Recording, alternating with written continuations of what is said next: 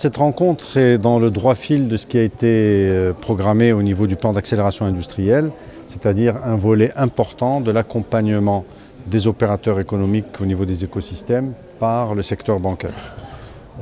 Plusieurs banques ont déjà réalisé ce type d'opération. Aujourd'hui, c'est la Banque centrale populaire qui, elle, s'insère dans l'écosystème du secteur automobile pour pouvoir l'accompagner au niveau du financement. Comme vous avez pu le voir, l'ensemble des opérateurs ici présents, certains sont dans le secteur, d'autres sont en train de regarder le secteur pour y investir, s'intéressent, et notre devoir est de mettre à leur disposition le maximum d'informations leur permettant d'apprécier les opportunités du secteur.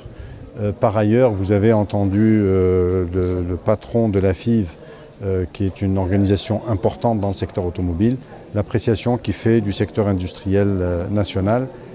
C'est un secteur qui a pris son envol et qui bientôt n'aura plus besoin de l'attention particulière qui lui a été apportée et qu'il continuera à se développer à la vitesse à laquelle il le fait aujourd'hui.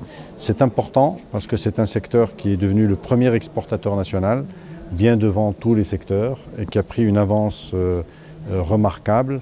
Nous comptons consolider cela et je suis ravi de participer à cette rencontre entre les banques et le secteur de l'automobile. J'espère que ça donnera naissance à beaucoup de projets d'investissement nationaux. Je voudrais tout d'abord rappeler que cette convention ou cette nouvelle plateforme en fait vient renforcer la première qui a été mise en place dès la mise en place des écosystèmes automobiles.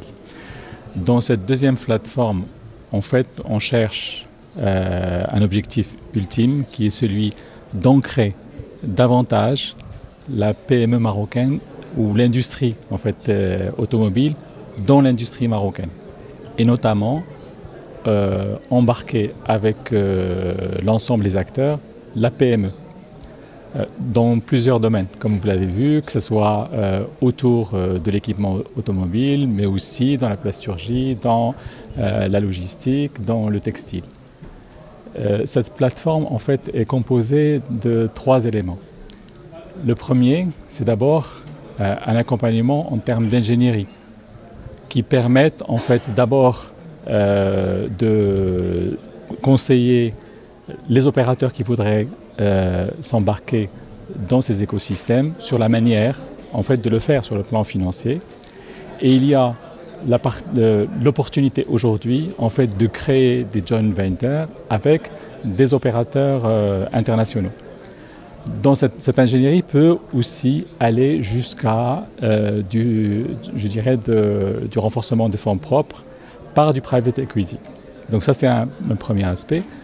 Le deuxième, c'est de pouvoir effectivement financer l'installation et les investissements, mais également la partie fonctionnement en l'étendant à la partie devise.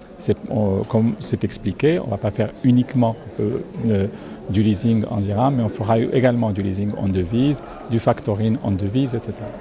Donc l'ensemble de ces mesures d'accompagnement sur le plan financier viennent renforcer en fait la première plateforme, viennent renforcer tout l'accompagnement de l'État, toute la vision stratégique, et elle va permettre en fait aujourd'hui de saisir à la PME marocaine en fait de saisir les opportunités qui s'offrent à elle.